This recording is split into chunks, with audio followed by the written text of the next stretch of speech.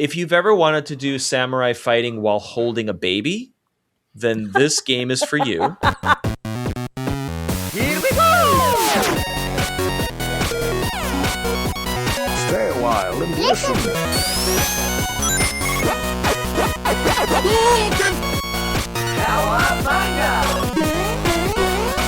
It's good! Hey there, welcome. Come on in. You've made the terrible mistake of pressing play on Colette and Matt Adventure the Chat. It's a weekly conversation about video games, video game communities, online communities, technology. You know, what else we talk about here? Hardware, AI, AI. the fall of democracy. Sure. Just light topics. Sure.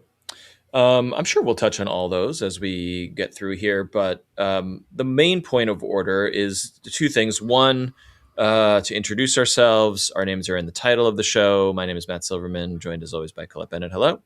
Hello. And number two, there was a Sony State of Play on Wednesday? Tuesday? Wednesday. One of those days that ends with Actually, day. wait. No, I'm sorry. Tuesday. It was Tuesday because I remember what I was doing on Tuesday, which was writing up stories about pre-orders for some of the really big games for GameSpot where I work. Okay. Yes. And I was a little surprised because, as you all know, I'm not a huge AAA person very much anymore. I don't buy a lot of AAA games. And there were several games that I was like, oh, wow. Okay. That is now more on my list than I thought it was on my list. It's a good list. It's some good reveals here.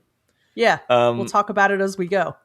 And one question, one thought quickly. One is that my instinct is like, well, this is a Sony State of Play, so there's nothing for me here. But there's usually so much third party stuff. Right. That there's plenty to get excited about. And I like knowing where certain franchises are going and all that. And my second thought when you said that was like, is there affiliate revenue, commerce revenue to be made on like console game purchases? Oh, yeah. You know what I mean? And we write a lot of pre-order guides because a lot, like some people will be like, I'm not a pre-order person, but I feel like the industry is trying to incentivize more people to do that by giving more pre-order bonuses, whether that be skins or, whatever bonuses for your character. Early access too is a whole thing. And early access. That's become a big thing.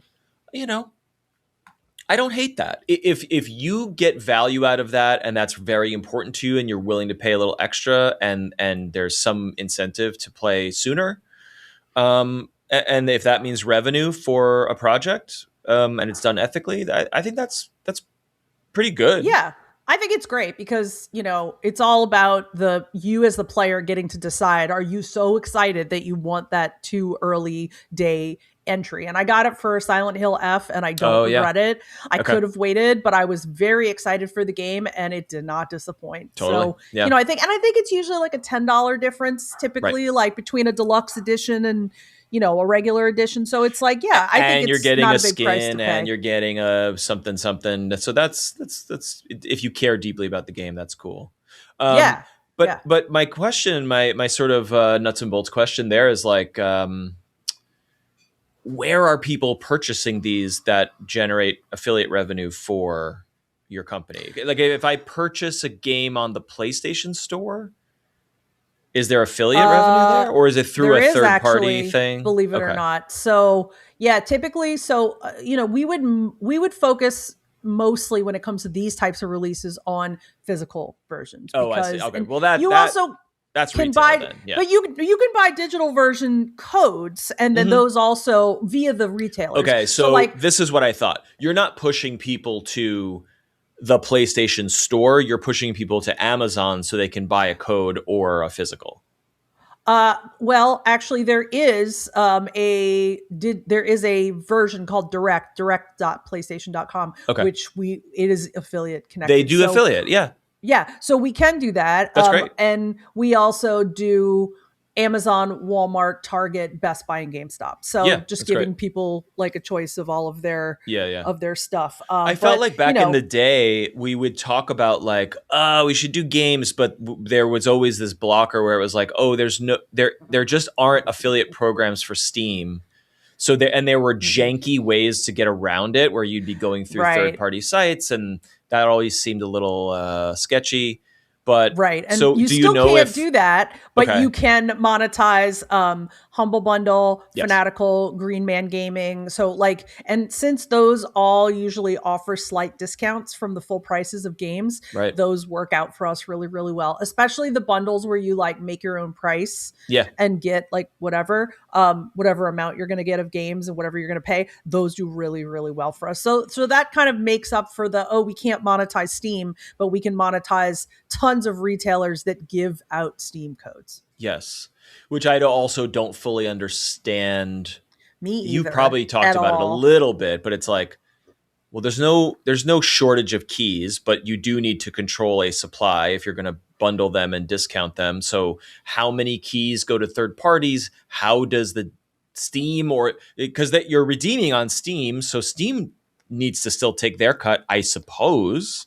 I guess. Yeah. Like this would be a great conversation if I ever got to pick the brains of someone at Fanatical, which if I haven't said it on the Right. show, Fandom owns Fanatical. Right. So, but I've learned more about that business in the past 2 months than I have known about any of this, but there's still a lot of questions I'd like to ask about what you just said. Like, how does that I work? assume it's pure scale of like we are buying Yes. a bajillion codes from Steam or through the developer, and then we pass the savings on to you, and then they do whatever sort of account or data scraping that they do in order to make that worthwhile for them, which is what all websites do, obviously.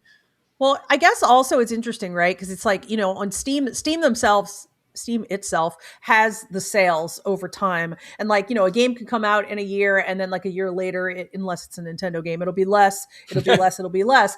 But like, I think that these other websites kind of, they by doing the bundles, they've kind of created this thing where like, okay, let's say your game comes out and you're making $50 on it the year it comes out, but then the next year you're making 25, the next year you're making 10.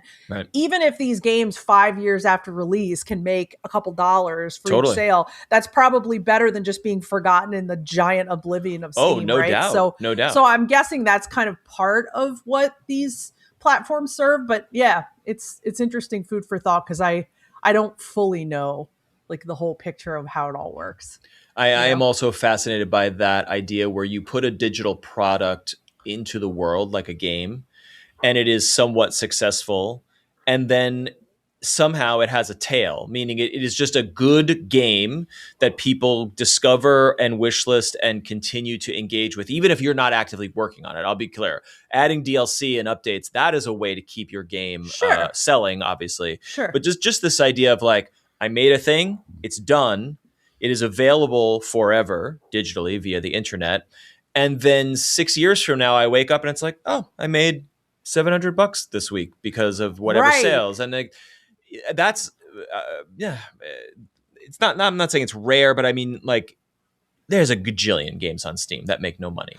Right. That's what I'm saying. So it's So- interesting. Like, yeah, it's very interesting. The whole ecosystem is fascinating to me. And like, since I look at the deals every day because of what I do for work, sometimes I'll be really like, oh wow, like Fanatical has, and I think I put this deal in our Discord earlier, but like Blueprints, which won 1,000 awards and was up Right. for all these Game of the Year awards last year, is now down to like $16. Totally. Which it'll be even cheaper, like in another couple of months. And like for moments like that, it's interesting because since the gamut of games is so intense, it's such an overwhelming amount of games, you might miss something you wanted to play because it just Yes. came out around the time.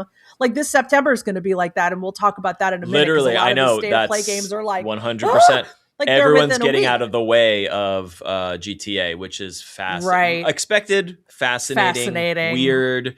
Sometimes I don't know. Fascinating to me, Right. super fascinating. But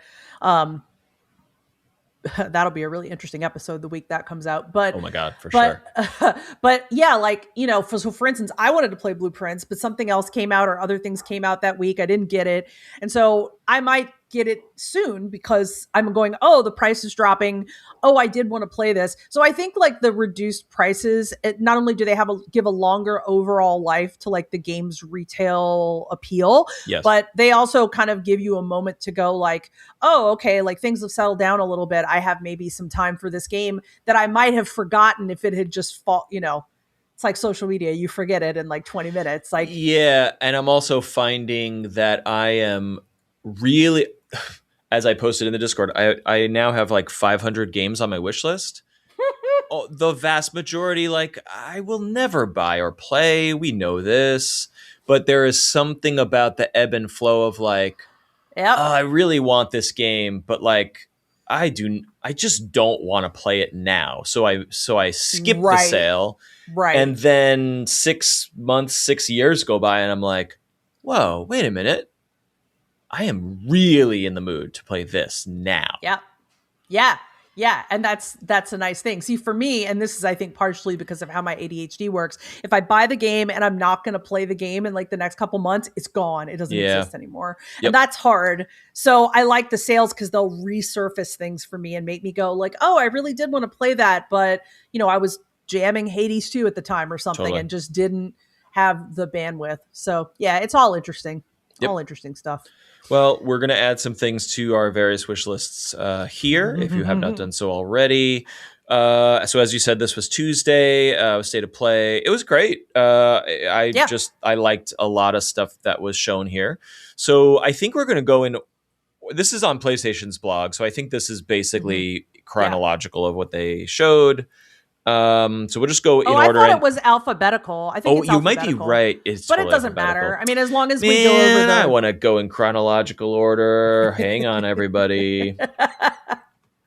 There's drama. There's like, we showed this, and then we showed this, and then we revealed this.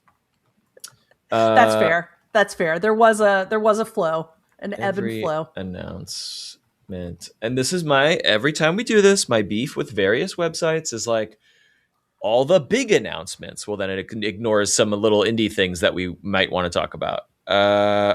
Then some IGN doesn't always show this. Nope. See there, many of the websites are like, here's the big thing. We're showing that first. And it's like, no. I want to see this in chronological order. All the news and trailers on The Verge. What do we got? Nope. They're doing the same thing. A lot of them, this is great radio. Mine included does alphabetical for some reason, interestingly enough, which if I think about an event like this, I actually would want to read it in order of how it was announced. But I feel like we've seen other lists like this that were in that order. We have, and I forget where they're from, and now I'm... Yeah, man. Oh, it's so hard. Is it Eurogamer? Is it Eurogamer? Maybe. Yes. Thank you, Eurogamer.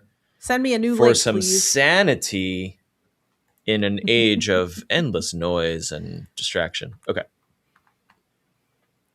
Fabulous. This is okay. it. This is totally now, the now order. I'm remembering the order because I stayed to work a little longer when the event was going on. So now I'm going, oh yeah, that's right. I want to talk about the beginning. Hell what yeah. happened at the One beginning. quick thing. We forgot to do trivia last week. I have the cards in my hand. So before we get too deep into that, I'm going to shuffle. I am proving with video evidence that you are shuffling. That I'm shuffling the deck. Cheating. I am not going to manipulate this video with AI later to do some sleight of hand. I am not a magician, so I'm not choosing a card. Here comes the question of the week from this deck of video game trivia. Coffee Stain Studios are most famous for creating which 2014 simulator game? And simulator is in quotes. 2014. Now, here's what I'll say. I have no idea who I don't know Coffee Stain if you're even gonna be plugged into this. Coffee Stain is great, and I perceive them as a a publisher, but maybe they were a developer first and then they became a publisher. They publish Deep Rock Galactic. They Oh, publish a bunch of other games that I really like. And they are definitely in the simulator zone, in the sort of uh, I don't think this is the right answer, but they either develop or publish Satisfactory, which I love and play obsessively every now and again and then fall off of it. okay. Um, so Coffee Stain, though, the fact that simulator is in quotes feels like the clue to me. Yeah, I mean, I have no idea. I didn't even know who Coffee Stain was, so I have no guess for this one. Uh, and then the other thing that's throwing me off here is that 2014 is a billion years ago. So my gut is to say Power Wash Simulator, but I don't recall if that's Coffee Stain. Maybe Since that's Go ahead. I've already said, okay, hold on. I've You're already giving said up. I do not know. So they're a publisher. Okay, video game developer is how they're listed. Yes. Coffee Stain Studios. I'm gonna say here's my possibly erroneous assumption. I think the simulator in quotes of this question is leading me towards Power Wash Simulator. I don't know if Power Wash Simulator is that old. I don't think it is, but I'm going to go for it because I believe Power Wash Simulator is developed by someone and potentially published or partnered with Square Enix because they did a bunch of Square Enix collabs or whatever because they were published by Square Enix. I'm smiling because I think I know what it is. Okay. I'm going to say Power Wash Simulator, but I think I'm wrong. Okay. And you have abstained. I have abstained, and I am looking at the internet, and I think I now know what the answer is going to be. So I let's see am what the going card to says. reveal the card, and the answer is yes, that's right. It's Goat Simulator. Yeah, It's Goat Simulator, which I mean, it is a simulator. I don't know why they put it in quotes, but no, I'm saying like that the quotation was the clue, right, and simulator. I've never yeah, played it. I don't same. know why I've never played it. It sounds so fantastically stupid, and I Yep. love stupid sometimes. So, but I've never played it. See also, I am bread, and then Did they comma make I that am too? fish. I'm pretty sure it was the Goat Sim people. I'd have to triple check that. Okay, now I'm going. Wait a minute. Goat Simulator was. It originally came out. Okay, yeah, it came out in 2014, which means that now it can be obtained for $5 on Sure. No, I am wrong. I am bread is something called Bossa Studios. I mean, yeah, I guess that's wow. They do a lot of stuff that I didn't know was them. Anyway, all right, never mind. But I am bread is a similar like you are a slice of bread and you're trying to get through the environment. I presume it is spiritually connected to the goat sim, where the physics Amazing. nonsense of those types of games, and I'm into it. Love that. All right. Speaking of physics, speaking of nonsense, Sony kicked off showing lots of first party stuff and, of course, partner and third party, et cetera, et cetera. Lots to talk about. They kick it off with Marvel's Wolverine, which is the new one from Insomniac. They made the Spider-Man games. This has been shown before, and they showed a lot more of it, like extended gameplay here. And I think they also released like interviews with the developers or something after the mainstream. And yeah, I'm not a Marvel guy. I'm not a comic book guy. Same. This looks really, really impressive Mm-hmm. and cool and visceral, and also just like so violent that I was like had to like step away from it. Like I had to stop watching it, partially because I was with my son who is 10 and we were watching it Okay. together, and we were like, oh cool, Marvel. And then I was like, hey man, this is the X-Men, this is so cool. And then he started stabbing people through the skull repeatedly with blood Right. splattering everywhere. And I was like, hang on man, I'm just gonna like pause and let the stream kind of play out so I can fast forward. And so that was where we were. I was thinking about because you came in the Discord and you talked about this, I think the night of it happening or the morning after. Sure. And I was working, so I was kind of like, I knew it was happening, but I was heads down because I actually wrote a pre-order story about this game. Okay. But when several people in the Discord were like, this is violent, and I was like, well, thinking to myself, I hear you guys, but also video games are violent. Right. But when you put it the way that you put it with your son in the room, I think that makes you perceive differently because you think about a very young person It seeing does. that. I want to make it clear too. Like, obviously, I had to like slow down the stream because he was with me. But Right. I will Well, also, yeah. and that's just like trying to be a decent parent, right? But truly, because we've seen Wolverine footage in the past, and we saw the gore previously, and there is something. I enjoy violent video games. I like using swords to slice and dice people and shoot people with guns. There is something about the way this character sort of indiscriminately like rips through the flesh of the I see it. faces of his enemies. And I kind of made this. I was asking a lot of questions about Wolverine and getting sort of educated on the character too, because I really have almost no context for besides Right. 90s X-Men cartoons, which are very different from the comic books and possibly the movies. I have very little context, but the point that I was trying to figure out was like, if this a big bad enemy murdered my family and I'm doing the final battle to like take revenge and like rip their face off, then that feels like an earned violence that I can sort of understand narratively. Sure. But we are seeing Wolverine like stab sort of foot soldiers. One of them is a woman right off the bat, just like stabbing her in the skull and then ripping the blades out and then smashing her head into the concrete.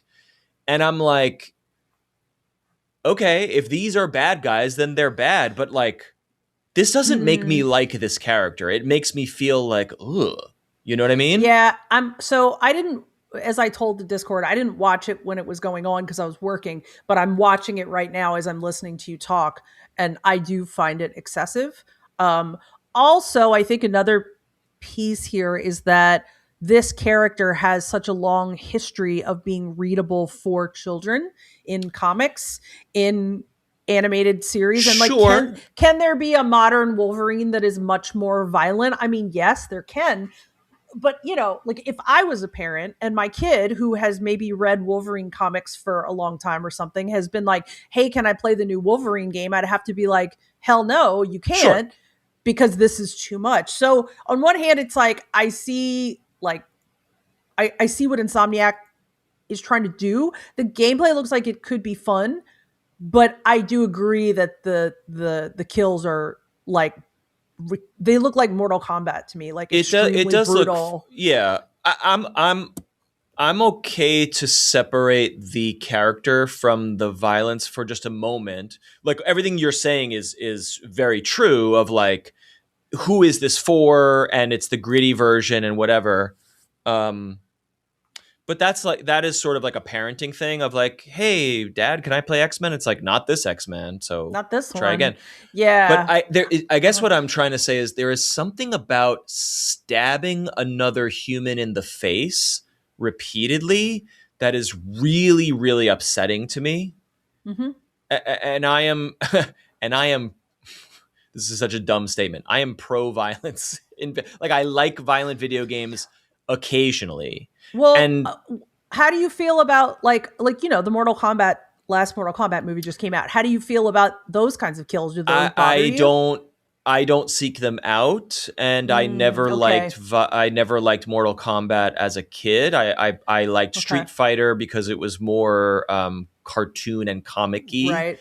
And looking back at Mortal Kombat, it's very it's pretty benign by today's standards, obviously, but I don't want to rip people's spines out. I just want to like stab them and punch them and shoot them, but then they they fall down and blood happens, but that's it. They but are it's not dead. like, yeah, it's not like this propensity of like so much blood. And it's like, yeah, it's interesting because when you were talking about this, I remember thinking, well, I need to go watch this trailer, but I wonder if I'm going to be affected because as a horror movie person, I see literal gallons of blood all of the time when I It's watch slasher movies. That's what I'm But wondering. but it does not. But this does still, as I'm watching it and talking to you, it does still hit as, my gosh, that's really violent. Like a young child or teenager could have played this had they not gone for that level of intense violence. And I don't care if you're making a game for grown-ups. I want to just be super clear. If this floats your boat, I think it's awesome. Like I hope that this game pleases fans and that it is violent to the extent that you want it to be violent.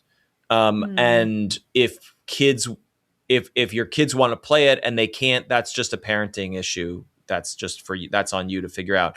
But I guess so I'm not against the game. I just when I'm just seeing trailers being like, this is disturbing to me. You know what I mean? I don't think it should. I'm not clutching my pearls saying, oh my God, this shouldn't exist. I'm just like, as a person who likes violence in video games, I can't even look at this. And I don't know Well, what, you I weren't just, the it's just only one, personal, though. you know? Yeah. No. You weren't the only one because, like, when you guys were talking about that in the Discord, I was like, oh, interesting. Okay, I need to go watch that. Yeah. And then this morning, when I came into work, I immediately saw like discourse about it in other places. I was like, okay, like definitely not. Definitely, and also Insomniac is kind of known for making like family-friendly games a lot too. Sure, I guess so. I mean, I only know them for Spider-Man, but what other?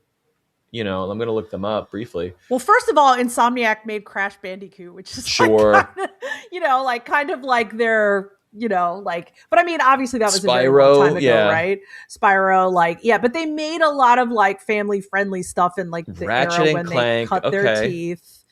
They are a huge blind spot because I never owned any PlayStation console. So obviously I know these games, but like seeing them all in a list, I'm like, oh, okay, Insomniac. Well, and then I grew up playing all of their family-friendly platformers, so I did not play because I don't play Marvel games, so I didn't play Spider-Man, but I played a lot of their games when I was younger, and I guess that's a different Insomniac.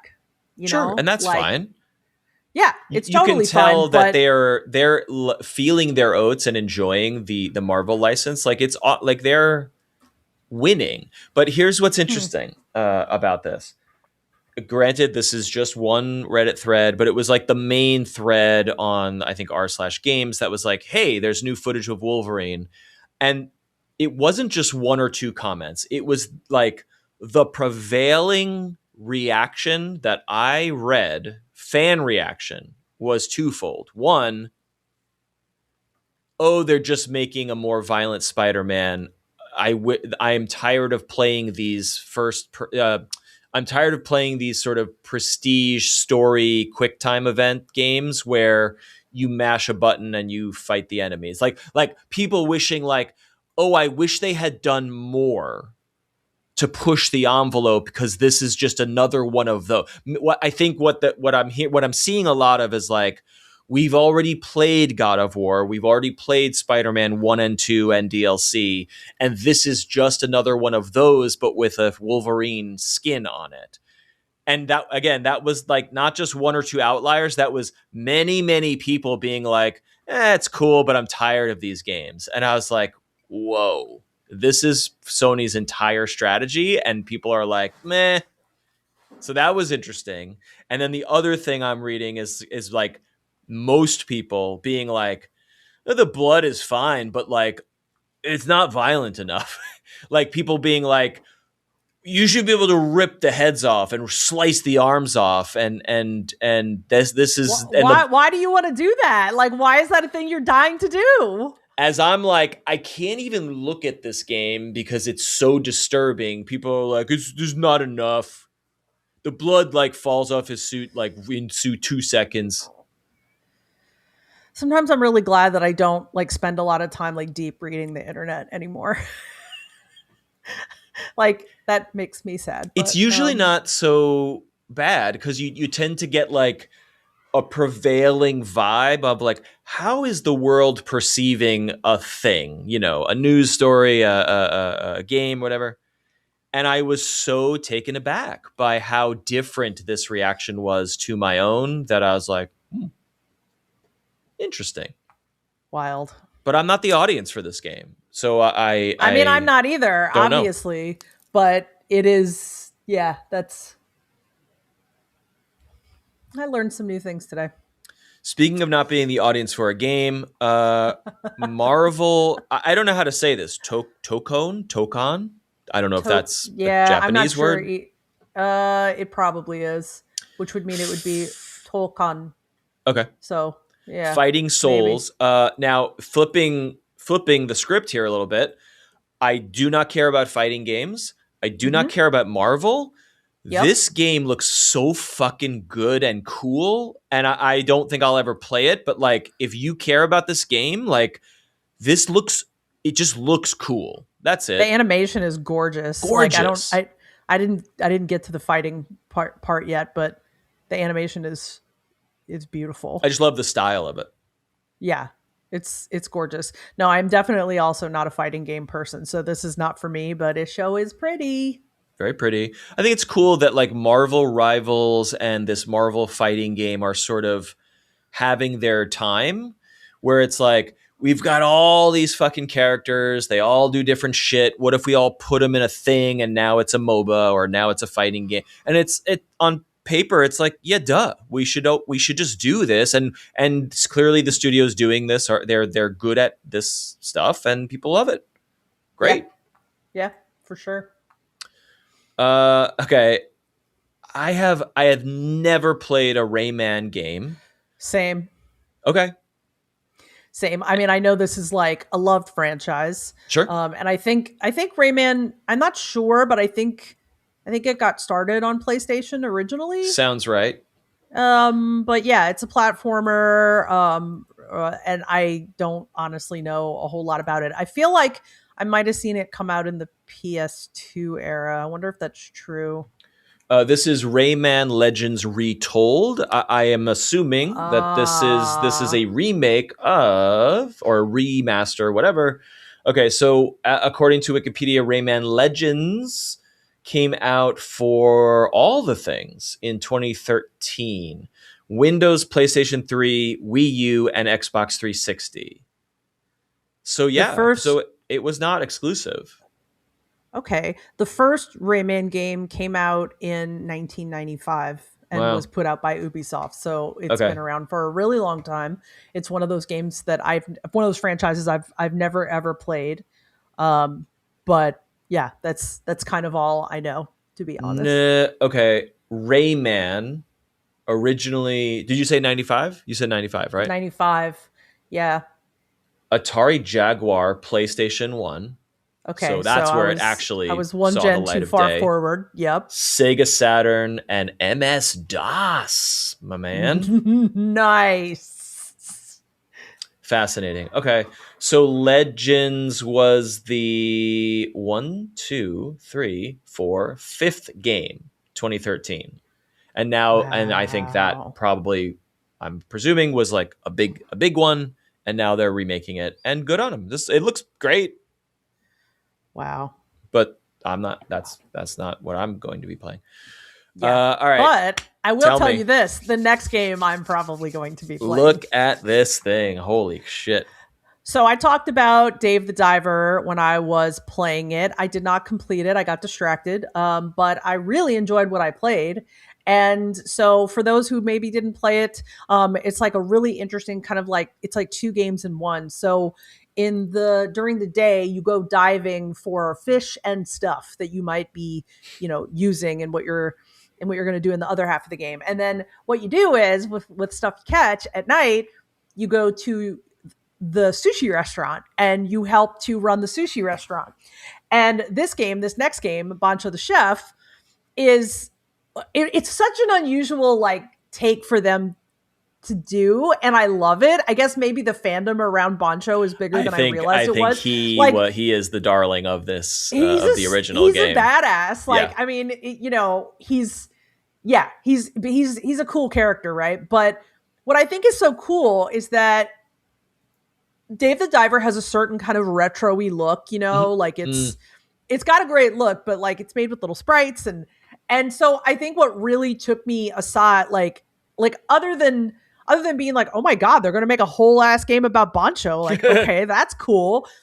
But then also like, oh, this is like a very like cleaned up, different, like it has the familiar visuals in it, but they went for a different graphic look. And interestingly, tell me if you know more.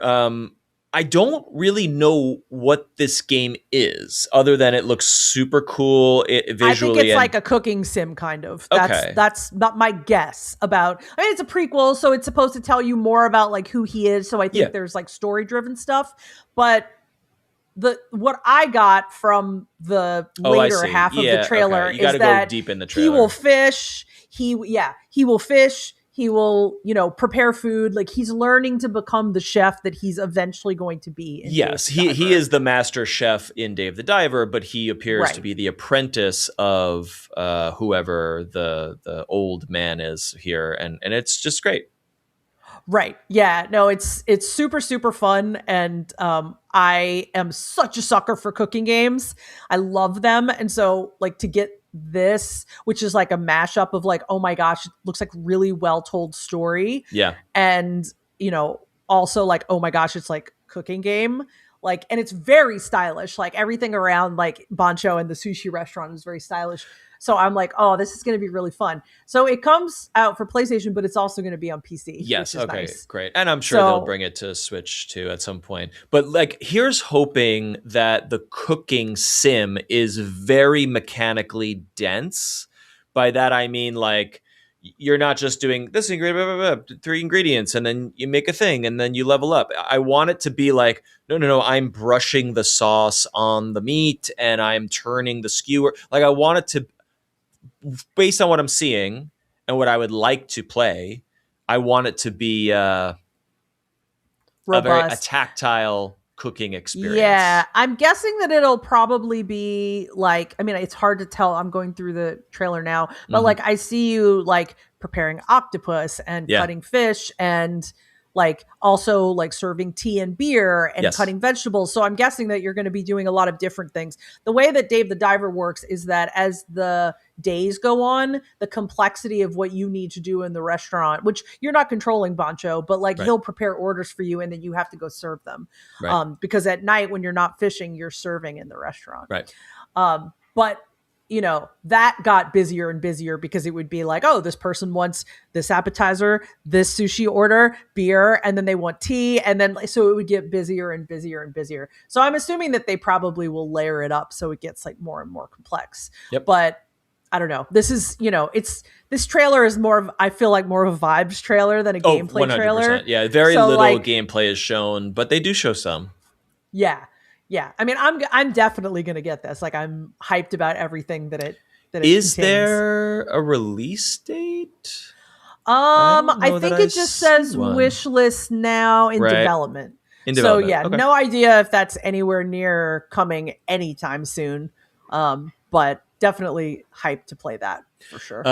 My son is playing Dave the Diver currently. Like we've had it for a while. I played it. He got into it and then sort of fell off, maybe got stuck. And then he'll rediscover games on the Switch and be like, oh, I should try this again. And he'll reinstall it, whatever. And he's been playing it a lot lately. So when this sort of flashed up, because you know why? The trailer starts with the Dave the Diver setting. It shows like a setting from Dave the Diver, which is very recognizable, before it switches over to the prequel graphics.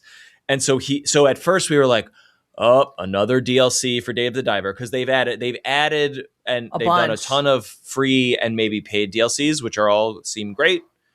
And I was like, all right, another one of these. And then it kind of like switches over to Bancho, and my son was like, whoa, it's the chef. And he was like, oh, this is so cool. Oh, Like he was getting excited, and I was like, damn, this looks great. So yeah, we are it fans looks really here great. as well, and we're down. All right, Cool. check this out. Kimuri Hunt the Unseen. Did you remember watching this? Never remember. Don't remember watching this at all. So have you seen this trailer before, like, or similar trailers I only before? saw it during the State of Play. Okay. And at first, I was kind of like, it's one of those character action games. Looks cool. But what I think I started to realize, first of all, it is you are basically like you're like anime style ghost hunters in a metropolitan Japan hunting yokai. And I was like, all right, that seems cool. But what I started to unpack from this trailer, it started giving me Monster Hunter vibes in a good way of like, Really? okay, your target is this particular yokai. They are ghosts, so they are invisible, but you're using some mechanism because you have powers or magic to like hunt them, like find where they are and reveal them in the environment. Then you take them down through third person action combat. Hell yeah. And then you are then using whatever materials you gain from them, spirit essence, skins, I have no idea, to craft gear and armor to then go Right. back out and hunt more yokai. And that Yep. is the Monster Hunter loop. And if that is what this is, and it's co-op, so I think you're in squads of 3 3. online, and you've got your character. There's 3 classes of character, so I guess you're working together with your squad mates. So all of this, to my eye, it seems like a super stylish Japanese, like Metro Japanese yokai hunter, magic powers monster hunter. And it went Yeah. from like, I don't know about this game to like, whoa, Oh shit. I Well, think I need to see more of this. that's so interesting that you associate. I mean, 'cause having never played Monster Hunter, I don't think I would really have made that association. But now that you pointed out, I'm like, oh, actually, that's super cool because I was interested in this game because I love Japanese things, but also Totally. because I talked a few years ago about Ghostwire when I played that. Oh yeah, And totally. this has a lot of setting similarities with Ghostwire. Yes. Ghostwire also had yokai, but obviously fighting yokai was not like the key thrust of the game. So Yes. this looks like high action, very slick, very polished, Yep. using a lot of the elements that I really enjoyed, but then you have much more playability because of the fact that you're going to co-op it online. And normally I wouldn't want to do that, but I'll say this: if it was like you, me, and Patrick like playing something like this, I'd be all about it. Look, I've told you this before. Like, I understand and respect your aversion to online co-op with randos, and it is warranted and valid. But the loop of these games, the structure of these games, is that you don't have to interact or speak or type or voice chat with any. You're just dropping in with sort of similarly equipped or leveled characters, and you're working as a team to take down to complete an objective that you all share, and then when the match is done, you never see that player again. So there is that's fine. Like it's fine. I guess it's not as fun for me if I don't know the people that I'm playing with. Interesting. I like knowing my friends. So Fair if enough. I'm playing, like if you can just pair up and get the support you need to fight and not have to talk, like, yeah, that's totally fine. Right. I get why you'd want to do that. But for me, if I am going to play with other people, I like it to be people I know and like, so I can get on a Discord call. And this is the beauty of these games. And actually, I am finding it to be an imperative for live service games now in the modern era, is like, you need the option. Like, many games are squad based, so it's like team up with your friends, and that's cool. But you need the ability to play solo in an online co-op game, because that's where people grind and play when their friends are not around and get addicted to the loop of the game. And then, so these types of games, Arc Raiders, Monster Hunter, Sea of Thieves, it's like, oh, my buddies are online. Great. We're going to all play together. But then when they're not available, I can still progress my character by teaming up with randos. And so Wildgate is a recent example where the format of Wildgate required squads of shipmates to be in communication, and you needed like multiple squads of 5 players to join to get a match going, and it was awesome. And then they stopped having enough players to get that mode active, and the game started to like fall apart because there was no way for a single player mode to happen. They made all these awesome changes to the game to make it more solo player friendly, and they're working very hard. But anyway, it that reminded me of why like a Monster Hunter is so successful in the current ecosystem. Marathon Arc Raiders is like it can cater to everyone. You have a bunch of buddies that like to play it together, great. If you just want to grind yourself, great, and everyone can be happy. And I think this is one of those, if that makes sense. I think you could be right. However, there is one major downfall, which is that it is only for PS5 at least. Is that true? Yeah, I just looked it up because I was like, if it's on Steam, then I can put it on my wish list, and then when it comes out, maybe we could all play it. But yeah, it says PS5 at the end of the trailer. Okay, maybe. Yeah. Let's look this up. I mean, I'll have to do some research and see if it's supposed to come anywhere else. Like, I can play it, but I mean, I know you're not going to get a PlayStation, so I'm like, Hold on here. No, it's PC also. Oh, yay! Okay, it must just not be on Steam yet. Every trailer that they're going to show at the State of Play is going to be like, and check it out on PlayStation. They're never going to show you that it's on other platforms. Oh, wait. This is crazy. Listen to this. I just Googled it because I was going to pull up to see if there was a PC listing. Kamuri Hunt the Unseen is an upcoming supernatural action game developed by Unseen Inc., a Tokyo-based studio led by creative director Ikumi Nakamura. Guess what he directed before he made this game? Ghostwire? Yes. No shit. That's great. Yeah. Isn't that crazy? I think he was on the State of Play. Like, he was introducing the game, I think. So cool. So obviously he had more stories that he wanted to tell in that world, because I really, really, really liked Ghostwire a lot. And it was, meant to be single player. There was no online components or whatever. But once I finished playing it, I didn't feel super motivated for like replays, and I'm not an achievement hunter or anything. Yeah. So I remember feeling like, oh gosh, I wish it had been longer. I wish there had been more things for me to do, or DLC or whatever, because I did like it. But so, yeah, to me, this feels like getting a little bit more of the taste of that kind of setting. And one thing do you think it's the same world, or is it just a stylistic setting? You know what I mean? I don't think it's the exact same world, but I mean, you are in Metro Japan, and you are dealing with yokai, and so like those two pools of things they're gonna have a certain feel. I feel like, yokai is such a cool thing to tap for like an enemy thing too, because there are hundreds and hundreds of yokai, like, and they different all have kinds, really like different.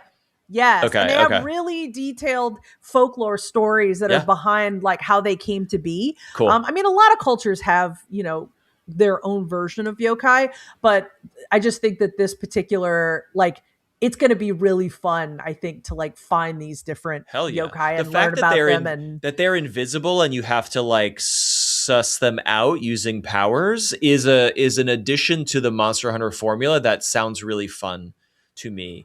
And you know what? They actually stripped a lot in previous Monster Hunters. There were systems where it's like, all right, your quarry is out there somewhere, follow this trail or use your scout flies to like track them down. And now it's just like, press X and you'll just auto walk there and then you'll fight. And I get that, but the tracking and the sniffing is gone from these games. And I hope that is part of this. And listen to this. Yeah, this please. Is so cool. Instead of just defeating yokai, hunters form contracts with them, wearing their powers as what they call possession apparel. This mechanic allows you to take on yokai traits to glide, swing, and reshape your combat style. This is what I'm saying. That's really, really fun, because there are like frog yokai, and there are like flying yokai and ghost yokai, and so there's so many different potential powers that you could gain that would be so much fun in these kind of battles. So yeah, this is going to be really, really fun. And that makes your playstyle so different. Obviously, Monster Hunter has all the weapon classes, but like, if I wear this armor and you wear this armor, but we're both playing hammer, like, we're doing the same exact things. We just might have builds that have different stats or affinities or whatever. But the idea that like, oh, you hunted this yokai and now you can like triple jump, and I hunted this yokai and now I can like do a big sword bash. I fucking love that. It's I'm like an super advanced into version that. of like Kirby swallowing his enemies. Yeah. But I was also thinking that it reminds Yes. me a little of Persona because, and also Okay. Shin Megami Tensei by extension, because both the mainline Shin Megamis and also the Persona ones, they all have to do with fighting creatures who you can eventually talk into joining your party. And then what Okay. happens is you equip your different characters Yeah. and then you have their attacks. So that's like a more, it's not clunky, but like compared to this, which it seems like you defeat and then you immediately like put it on and you're Yeah. ready Yeah. to go. May So I draw your attention to see also a little franchise that I like to call Pokemon. You've got to you're catch them right. all You're right. and then send them into battle. So again, it's not 1-to-1. One last thing stylistically, and this is coming to mind again as I'm watching it. Again, I was like, oh, this is cool. This is cool. I'll keep an eye on it. And now that we're talking about it, and now that we're reading about it and watching it again, I'm like, this looks so fucking cool. It's got this great pedigree. And then, I'm sorry to keep bringing up my son. He was the one who was like, yo, you're like a cool, like animated dude or girl, like in the Sick City, like doing katanas or whatever. This is K-pop Demon Hunters, the game. I mean, Remember when we said when K-pop Demon Hunters Mania was all the rage, and we were like, oh, and there was a mode in Fortnite for K-pop Demon Hunters. oh, right. And we were like, where is the K-pop Demon Hunters game? Yeah. Where you're moving through the city and you're hunting, you're looking for these invisible demons, and then you take them down and you save people, but then you go back to, it's Dave the Diver. You do your hunting and whatever, and then you go back to your life where you're a pop star and you got to put on the show or whatever. This game has K-pop Demon Hunters vibes. You're right. In the best way, and You're totally fucking right. all the way in.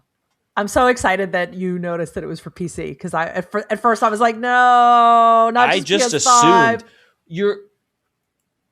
you cannot launch a fucking live service game in 2027, which is when this is slated for, without being cross-platform. Even the Horizon Zero Dawn, Horizon Steel Warriors, something, I forget what it's called, is cross-platform. This Sony property is going to be cross-platform because you cannot do it on one system. It's crazy. Well, I mean, it wouldn't make any sense if you want a lot of people to play your multiplayer co-op game. Yeah. Why would you lock them onto one system? So You're right. Man. We're clearly Hype excited level about that one. Got way up on this, and it's a shame there's no Steam listing yet because I don't want to lose track of this game. So do me a favor. Go into your PlayStation account and just wish list it so that when you get updates, please keep an eye on it. I definitely will. Tomb Raider: Legacy of Atlantis. I don't really care about Tomb Raider. It looks good. I don't know. Yeah, it's pretty. The only thing that made me kind of pause and think, well, maybe, is that it is actually a remake of the original Tomb Raider that is re-envisioned Is that from the what it ground is? up. I actually don't know. Okay. Yeah, no, it is. And when I found that out, I was like, I've talked many times about how PS1 era was not like I could buy every game that I was interested in. I thought that it looked cool, but I didn't buy it because I was busy buying Silent Hill and other stuff like that, Final Fantasy VII, etc. So I didn't buy it. And I always felt like the Tomb Raider train passed me by. This is super beautiful. I feel like if it was on sale and I had an opportunity to buy it at a good price, I would consider it, just because, kind of like Resident Evil, it is an icon of gaming that I feel like I might actually enjoy if I played it. And I love when I miss a key game like that and then it gets like a beautiful remake later down the line. I do think seriously, like, do I want to do this? Yeah. And like for Resident Evil, it's been super rewarding. So yeah, I did put it on my wish list because it's not coming out until February of next year anyway. Right. And I will probably just keep an eye and see, what I'm missing if I feel like it at that time. So that's how I feel about it. The thing that I can't quite get there on is, I love Indiana Jones, and I think a lady Indiana Jones, not to be too reductionist about it, is cool. Like I want a female protagonist in an Uncharted or Indiana Jones type of game. But the key to that, in my mind, is like Indiana Jones, the person, is cool, and I mean it's fucking Harrison Ford. So you just can't be cooler than that. Yeah. And I just don't know who Lara Croft is. Like I just don't know her personality. The character model that they're showing in this one is like, all right, yeah, she's sexy and has curves, and that's fine. But like, I want to like her and get to know her, and I just don't see it. And you certainly didn't see it in the original games. Yeah, I mean, in the original games, I feel like the whole, like, of course, yes, there's a game there, but the whole point was we're going to look at the lady with the big boobs and in the super tiny shorts, and we're going to watch her do things.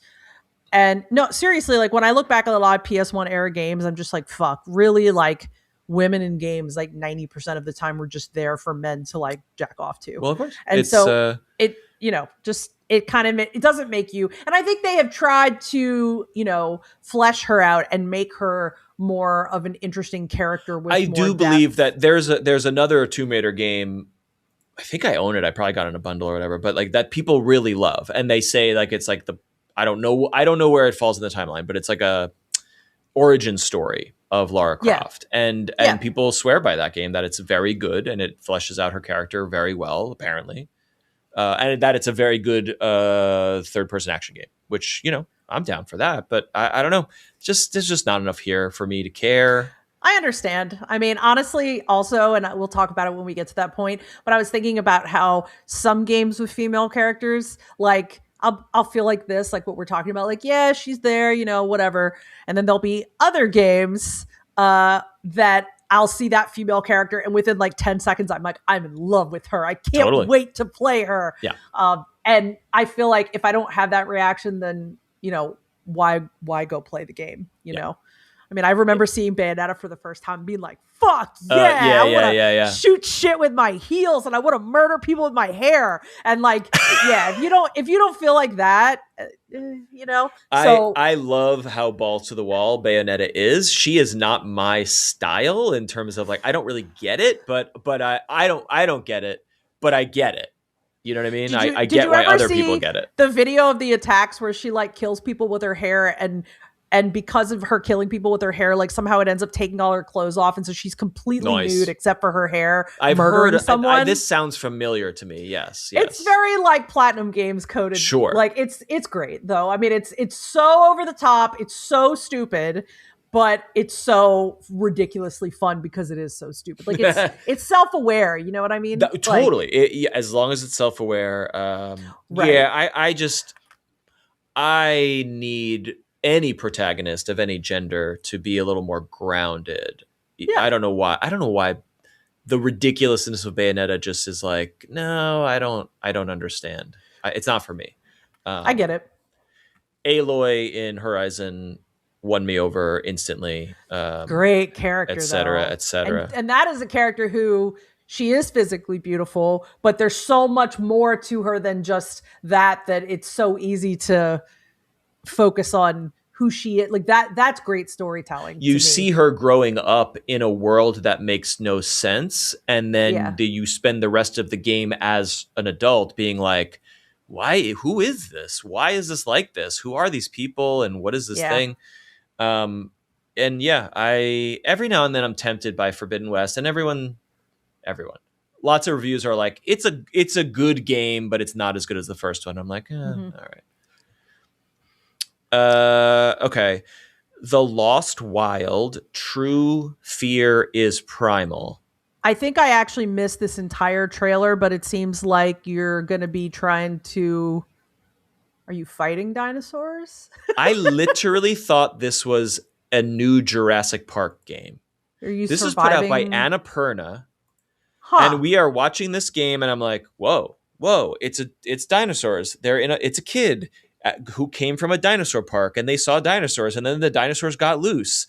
And I'm like, oh my God, this is like a there's a new Jurassic Park game. Yeah, Okay, this looks You're cool. definitely fighting some of them because I saw one part of the trailer where you throw something at a But dinosaur. you're playing, unless I'm misreading the trailer, you're playing as a child, I think, or a young child, or maybe then she grows up and becomes a teenager. But I'm like, okay, this is a Jurassic World, You're Jurassic right. Park is one of the best movies ever made.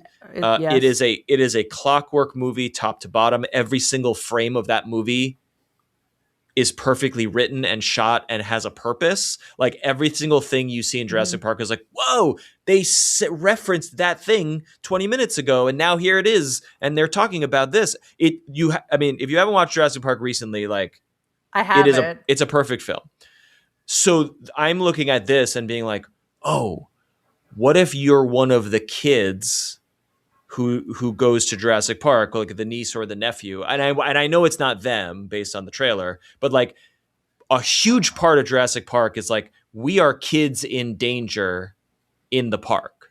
Right. And so now this trailer comes out and it's like, oh, you're a kid, a child / teenager, and you're not necessarily like shooting or stabbing dinosaurs. You're creeping through the vents. You're hiding behind. So it's like, is it a stealth game? Whatever. And the whole trailer plays out. I'm like, okay, this is definitely a Jurassic Park game. And then instead of Jurassic Park, it says The Lost Wild, which is Right. very close to The Lost World. Right. But it's a story trailer, so it doesn't really you have no idea of really knowing what the mechanics are like, at least not yet. So you'll have to wait to see what is that part going to be like. But you're right, it does look like she's a child and then grows up, and maybe we don't know what she'll do. They're showing first person gameplay, and to me it definitely feels like a stealth, like I have to stay out of sight or this dinosaur will get me. And then that's also very interesting of like, so if you die, if you fail, then what? A dinosaur eats a kid? And that's the game. Like that's also like, ooh. It's also like Wolverine's bad, but that might be worse. Is that what we're playing? So it's so crazy to me to watch a video game about dinosaurs getting loose in a dinosaur theme park, and it's not Jurassic Park, but it is called The Lost Wild. I'm having trouble getting over that somehow. That's fair. No, that's fair. It's it is interesting looking. I would like to see more when there is more to see. It looks very cool. Yeah. And it's published by Annapurna. Right. And they make good games. They make good games. Well, they publish good games. They publish. Who makes this game? I do not know. There's no Steam. Oh, no. Is there a Steam page? There is a Steam page. Here we go. Great Ape Games. This is their only game on Steam anyway. Wild. So strange. I guess we'll see. Okay. Phantom Blade Zero is a samurai game. I have zero interest in this. I watched this trailer and I was just like, I don't care. Plus, there's another samurai game in this list that I care. That's what I'm saying. So. One overshadows the other. If you've ever wanted to do samurai fighting while holding a baby, then this game is for you.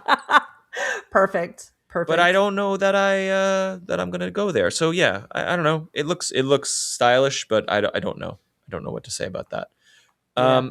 Dune Awakening. Did you ever pull the trigger on Dune Awakening? No, I thought about it a lot. I had a friend I was planning on playing it with, and then some stuff happened and we just weren't able to really get to it. So I never got to it on PC.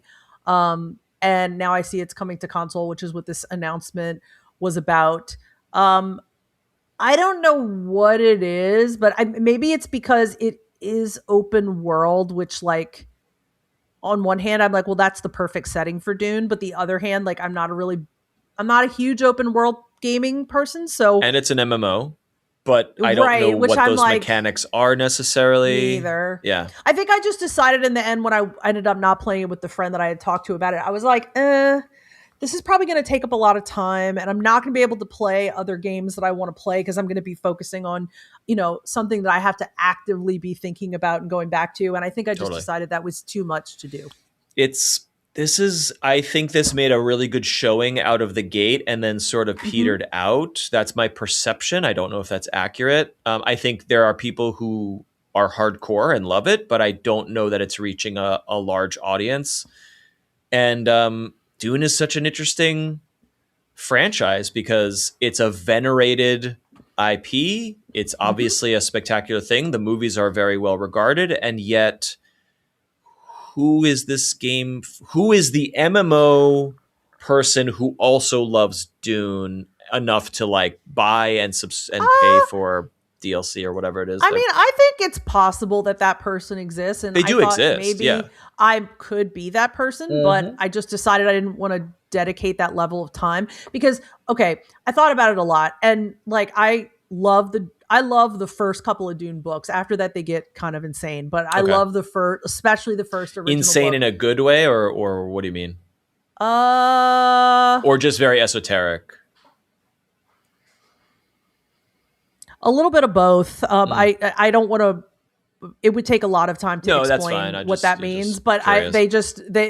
they go off in a wild way that I don't know how they'd ever commit it to film. Let me put it that way. Okay, sure. Um, but like the world of Arrakis, the entire world that Frank Herbert created is so fucking amazing. It's But amazing. when I really thought about it, I thought to myself, what really is the thing that made Dune so powerful for me? And it's really Paul Atreides. Yeah. It's really about, as much as the world is a character, I, I was invested in his story, and there comes a point where his story ends and other stories begin, and Right. I immediately was not as invested once that That's point happened. interesting. So then I was like, okay, if I'm going to play a game where like the key thing is that you're on Arrakis or that you're in all of the systems of Dune, I don't think, as much as I like this, as I like that, I don't think it would hold me long term. Like you know what I mean? Like that's why eventually I didn't end up playing That it. But I think there are a lot of people who love the world enough to where they would play it. And for them, maybe the world was a bigger character and a more important character than Paul was. my for knowing you for you, obviously that all makes sense. You're connected to character and story. Yeah. I think the other factor, the other reason that the franchise endures, obviously, is the world building, but specifically like the politics of it, meaning Yeah. Oh, yeah. the complexity of the socio-political world of Mm-hmm. this IP. And to me, that lends itself to like a Crusader Kings style game where it is not just about territory control or expanding an empire, but it is like, hey, if my son marries this house's daughter, Yep. and then we start a war against this faction, but cut the price of spice in this market, that is the power play that I'm doing as a political operative.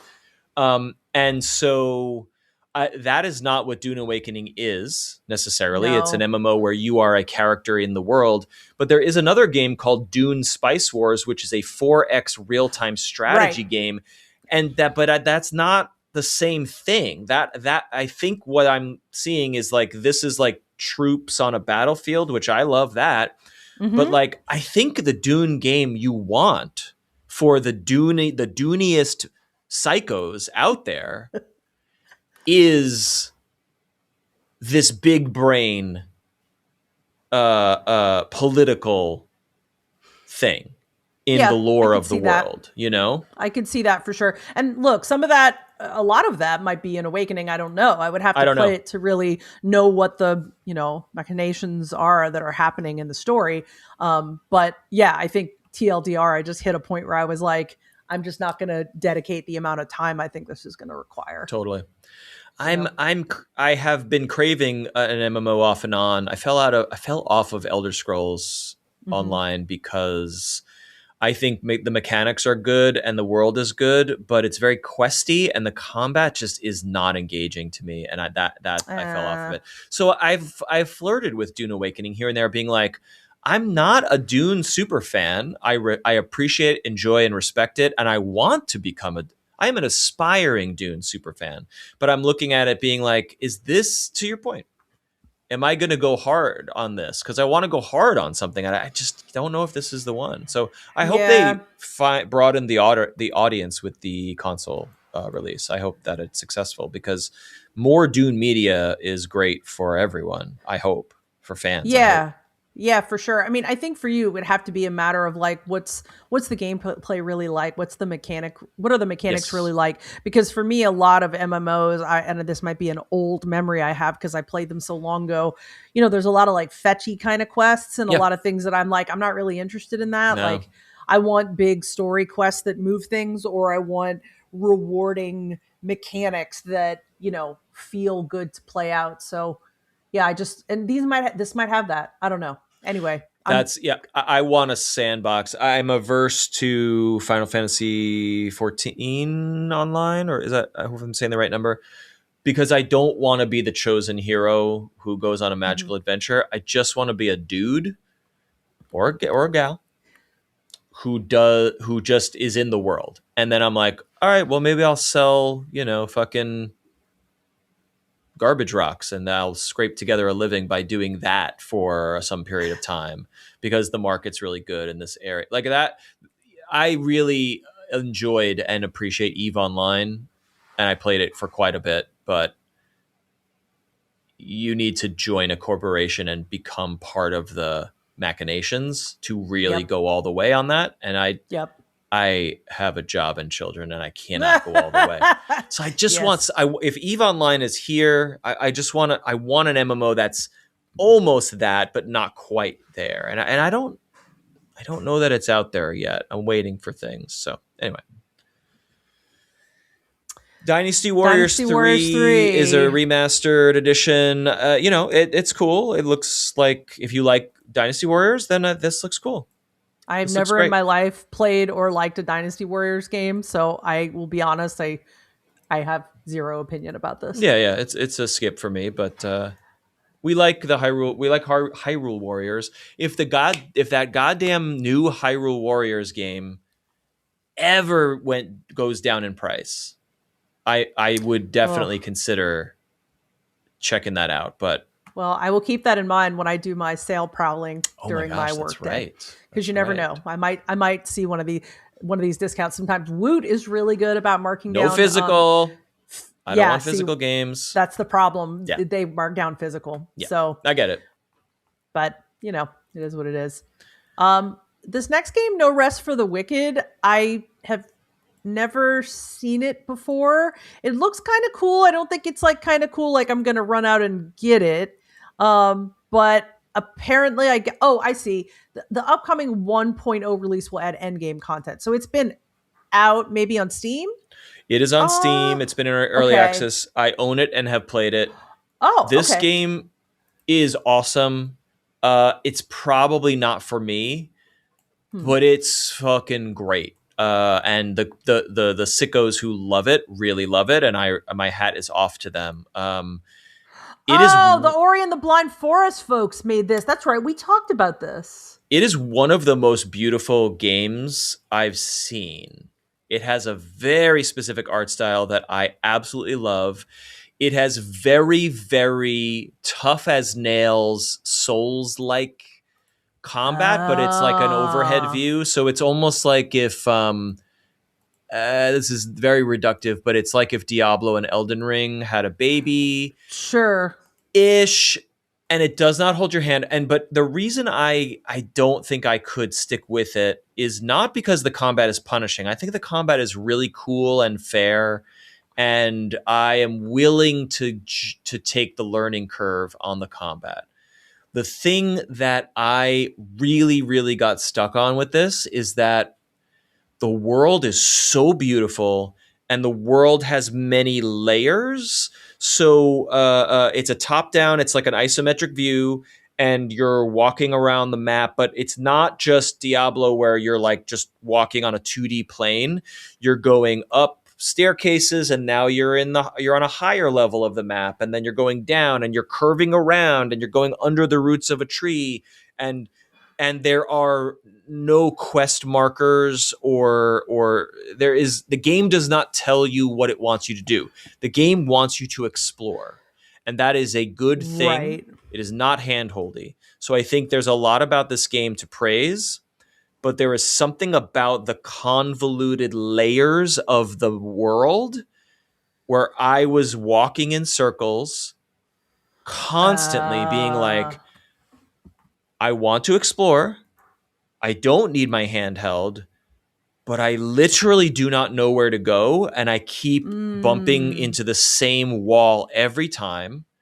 that feels like And 20 years ago problems to me. It I don't does. I don't know if it's a me problem. I think it's okay for games to be mysterious and convoluted. And again, the people who love this game are like, this thing is hard as fuck and get good. And I'm fine with that. Um, and I'm trying to get good, and I just can't figure out where to go. Where to go? And I'm bummed because I Makes it think this hard to is a want to great go game, back. and I want to go back, and I don't know, man. It's a me problem. I need progression. I need to progress. I do not care if it's slow. I do not care if it's hard. I just don't want to walk in circles No, or but die to nobody the same does. enemy 16 times. Yeah, I'll do no. it 15 times. I don't want to do it 16. So Elden Ring, No Rest of the Wicked are astonishing games that I just don't think are for me. Or click for you. Yeah, I can understand that. But if you don't know what we're talking about, fucking go look at this game. It is unreal. It's I can't even gorgeous. describe the art style. It's so good looking, and I I wish there recommend was a it. demo, but I also I feel know, like me too. knowing that it's Souls like, I feel like that probably means that it's not for me because I don't really enjoy, like super crazy hard combat. Totally. I don't get that high off of like try 12 times until you succeed, There So are so many play styles for this game. I think there's a lot of ways you can build your character and gear that is extremely dynamic. And what I did enjoy from playing it a little bit is like, oh, I feel very weak and I feel very squishy, but like I'm combining this and this, and maybe I'm gonna be a dodgy character with a sword instead of like a tanky character with a big spear. The game presents you with a lot of like shit all over the ground, and it's just like pick up whatever you want, like do whatever you want, like just figure it out, and it's really really good in that hmm, way. But I felt very aimless, very directionless. hmm. Too much for my taste. But it's a really cool game. I don't know. I wonder if they'll sand the edges off a little bit here and there to Maybe. make it more accessible. I don't know if that's what they should do. I think they've got a good thing going. I don't think they should listen to me. But yeah, I wish I could like it more because Yeah. I really love what it's offering.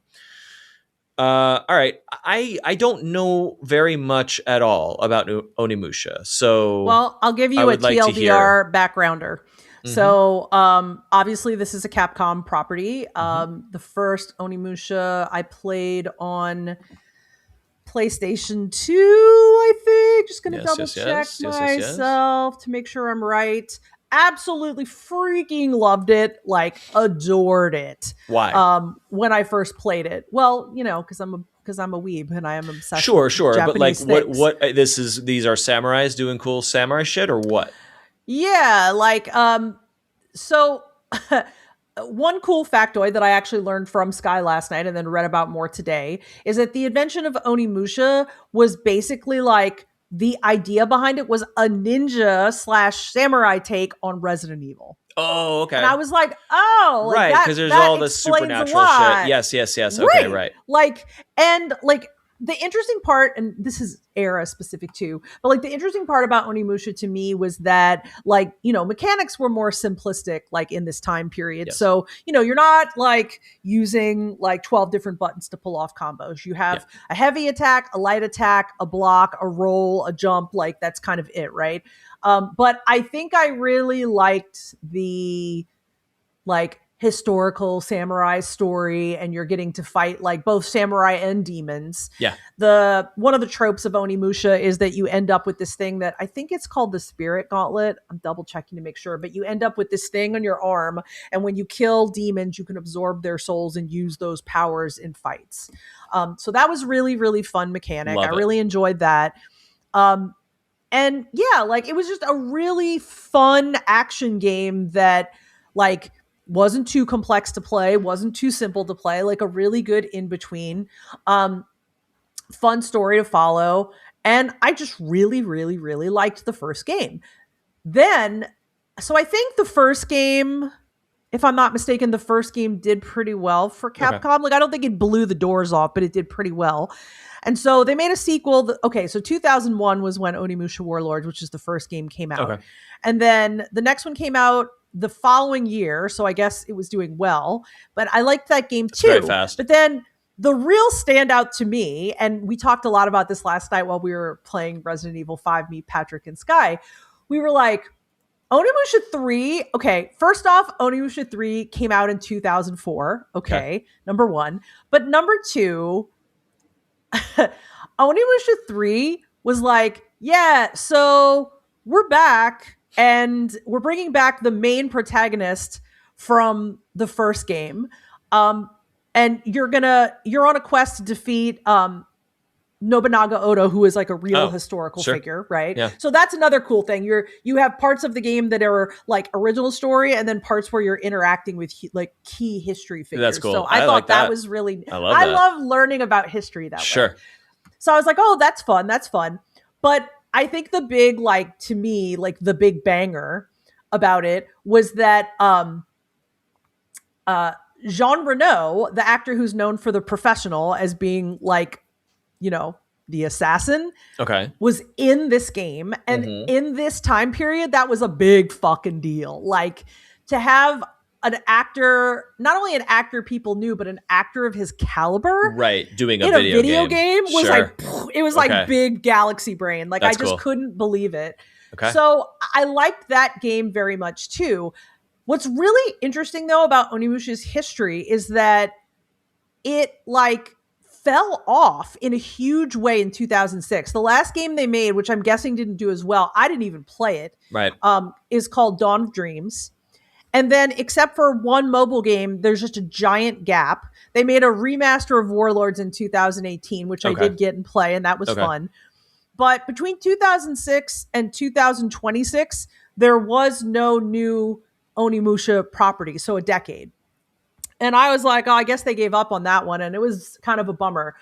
But I was thinking, I played the demo last night of the new one. The new one is called Way of the demo Sword. is on. There's a demo on PC as well. Did you play it on PC? That's where I played it. Yeah. Okay. Great. Yeah, PC. PlayStation and PC. I think it's on both, but I played. And PC. Sorry, just to clarify, Onimusha Way of the Sword, which is included in the State of Play, this is a brand new game. This is not a remake of. Not a remake. Brand new from the ground up game, great, and they great, use great. Resident Evil engine, which is called RE Engine, which is a really, really nice game system that Capcom made themselves, and. So it powers Monster Hunter as well. Right. It has made my Resident Evil experiences very enjoyable. So I was like, oh, it's an RE Engine. Cool. Like, I really like that. What I thought about a lot last night playing this was, first of all, it's just as fun as the original games. It's certainly gotten more complex battle-wise, because I think that is just necessary for the modern era. I mean, unless you're making a certain kind of game. So the mechanics of absorbing souls and all that are still there, but you have definitely got some more complex, like you have finishing moves now. Nice, and they are violent. They're not as violent as Wolverine, but what is? I mean, again, chopping guys with a sword and chopping up demons. Like, I am here for it. It's funny. It feels rewarding, not like grotesque. That's what I mean. You know. So I enjoyed it. We've talked about Resident Evil a ton. It's not for me because for whatever reason, it's like modern people in a modern city shooting, not demons, but like zombies. I'm not a zombie person. It's not like I'm scared. I just don't it's just not care. Attractive it's to just you. not attractive to me. But you literally just shift that entire thing to samurai in Edo, Japan or whatever, Edo. I don't And know. I'm not sure where this. I mean, it takes place in Japan, but I'm not sure where I don't know specifically it when takes Nobunaga place. lived, but and then it's Japanese folklore demons instead of zombies. And you're in. I'm fully in. Yeah, You no, know? totally. Like, I get that. And honestly, I think that if you have never played an Onimusha game, this demo would be the absolute greatest way for you to experience Now it. Like, I'm into it. it is fun. Yeah, It is that perfect, at least what's in the demo was that perfect balance of challenging but not stupid difficult. You get to kind of get all your basic fighting tactics in place. You do get to have a boss battle, maybe more. I don't know. totally. As I was saying earlier before we started recording, I saved at the point of the first battle. I tried it and I died, and then I had a plans to go play Resident Evil 5 with Sky, so I Yep. stopped. But beautiful to look at, like gorgeous graphics. It's very, very clean, nice looking. moves well, feels good. I kind of thought it was a Sekiro game before they showed the name of it. I was like, oh, what is this DLC?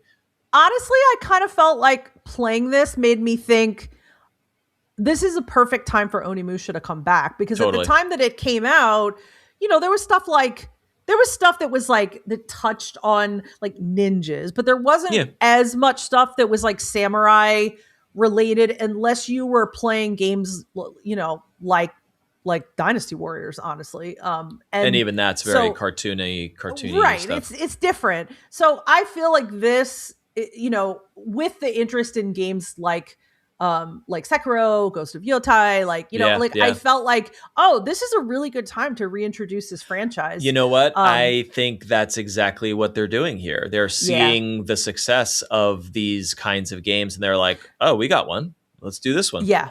Yeah. I mean, I would say that if you were to play this demo and then you were to play an old Onimusha game, it would look very unsophisticated in comparison. It's a different. They're bringing it into the modern era. It's great. Yeah. Well, so here's my question about the structure of this game specifically, but I don't know if it's tied back to the orig. Am I just walking in a corridor and then fighting arenas of bad guys, or am I exploring a world? Mm-hmm. Okay, so it's open. It seems somewhat open. Yes.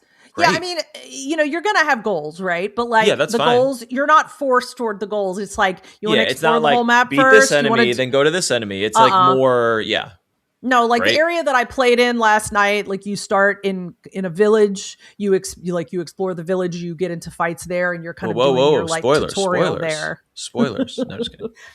And then I won't say too much more, but you are gonna kind of cut your teeth on, Great. like great detail and fun to play. So this would be a perfect entry point, in my opinion, to try out the series. This comes out in late September, so it is not that far away. And but it comes out in that part of September with like a whole bunch of other kick-ass releases. So I'm like, oh no, like it's probably going to get shelved by me like right on release day. But I hope. To play it what else are you? What else is it competing with for you?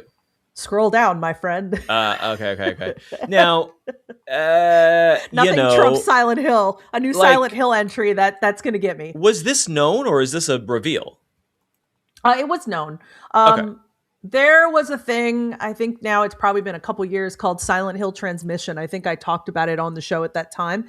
But it basically laid out like, okay, Konami's going to bring this series back hard, and here's what we're going to do. Yeah. And there were little snippets of kind of what they were planning. There was a teeny tiny snippet of what this was going to be, like really teeny. And now in the last like 6 months, they've fleshed out what this is actually going to be. So this game, Silent Hill Townfall, takes place in Scotland this time. And it is made by Screenburn Interactive, who they won a BAFTA award for. Hang on a second. Oh yeah, they used to be called No Code. That's right. Oh, that sounds familiar. Yeah. Yeah, they used to be called No Code, and what did they win their BAFTA for? I gotta see. But anyway, they have won multiple BAFTAs. Oh, good to know. And they are Scotland based, which is kind of neat. Interesting. Okay. Okay, they won the BAFTA Games Award for Best British Game in 2020 for a sci-fi thriller called Observation, which I have not heard of, but I will look up after this podcast. So I'm happy that like award-winning studios are working on this game because who did F? F was such a wild card. F was done by this Chinese studio that I've never heard of that knocked it the fuck out of the park. Wow. So I was like, damn, okay, like let's not, let's give everybody a chance after that because they killed it. Who did the originals? The original Silent Hills were done in-house at Konami. Silent Hill team or whatever? Team Silent. Team Silent. They were 1 through 4 was done by them, and then after that they started like farming it out to different. Yeah, so they're just farming. That's really interesting. They're just farming the IP because there is no Team Silent anymore. Yeah, right. Okay. But I think that I will be honest. I think they're being very choosy about who they're bringing in because they saw sales decline as they did the prior run, and then they stopped the series. Yeah, but I think enough people were interested in it that they were like, "We want to bring it back, but we need to bring it back right." And so far, I feel like they've done a very good they're job. Delivering, and it looks. Hopefully, this one continues the pattern. Yeah.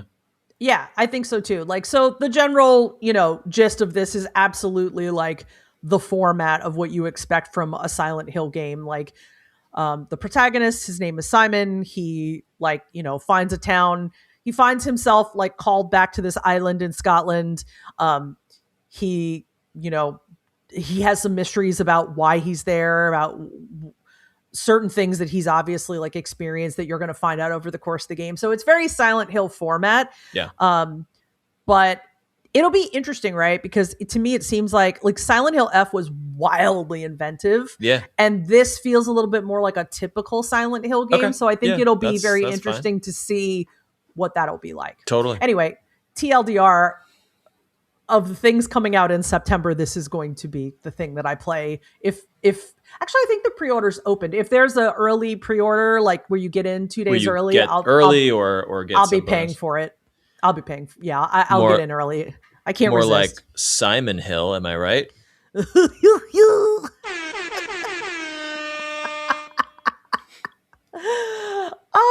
Okay, let's talk about a playing game that I don't care about now. No, I've never played any Ace Combat. This is Ace Combat 8: Wings of Thief. And I don't know why, but I thought for some reason you had played like Flight Sims. There is just something about modern military games where you're showing me aircraft carriers or jet planes or tanks, and I'm like, I cannot care. I just don't care about it. And all you have to do is swap those things for X-Wings and starships, and I am all in. It could be the exact same game. And I don't know what that is. I just find modern military equipment to be like ugly. Yeah. Whereas like spaceships are cool. It's whatever floats your boat, man. Like for me, it's Japanese stuff. And yes. Like F1. I don't even know what the names of these airplanes are. Fighter jets do not give me a boner. You know what I'm saying? That is the title of this episode. I joke. You can't call it that. We'll get banned. Do whatever we want. Anyway. But yes, I feel you. The last time I had a boner for a fighter jet was Top Gun. And I need to see some Top Gun. I don't think I've seen either of them actually. And then they're supposed. I don't know how it would be to watch the '80s movie today, but I absolutely love it because I saw it in the era. I think people are saying it holds up because I don't want to speak out of turn, but they just did for both movies. They did a lot of things practically and really did them.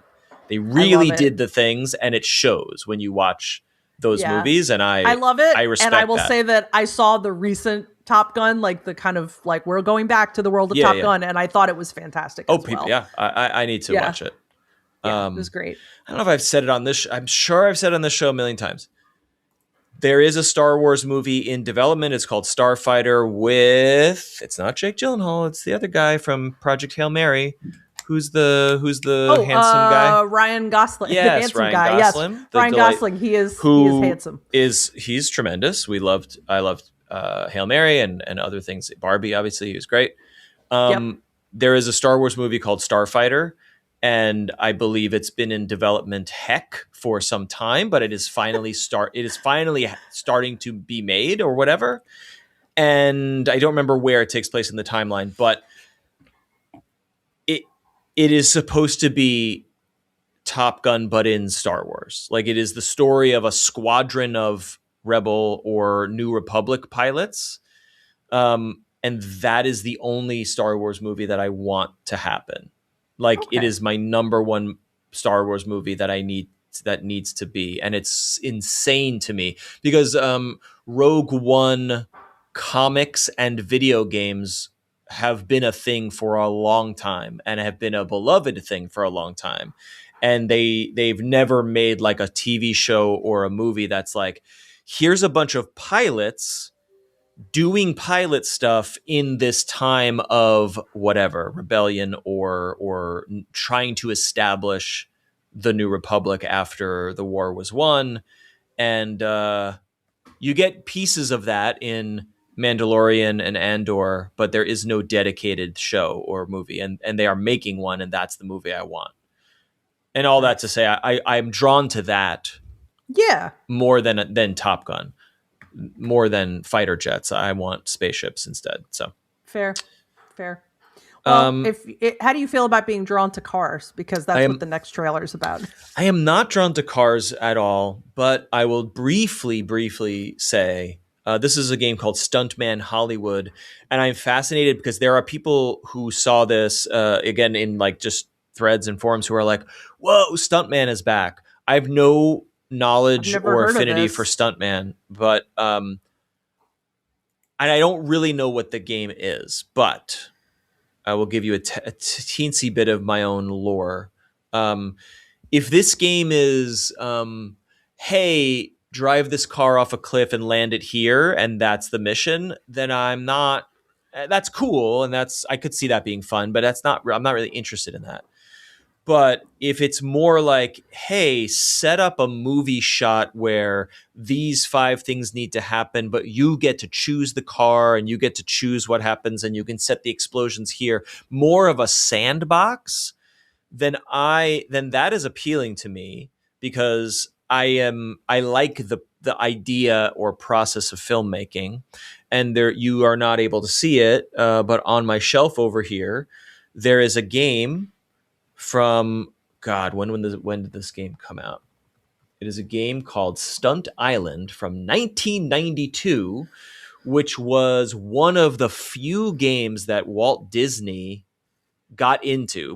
The Walt Disney Company dabbled in video games and always stopped making them. They made like an animation game where you could draw the cells of an animated movie, and I remember owning it and being like, this is way too fucking I want to be an animator, but this is way too fucking complicated. Stunt Island is a computer game for MS-DOS that came out in 1992. It's a 3D game. Oh.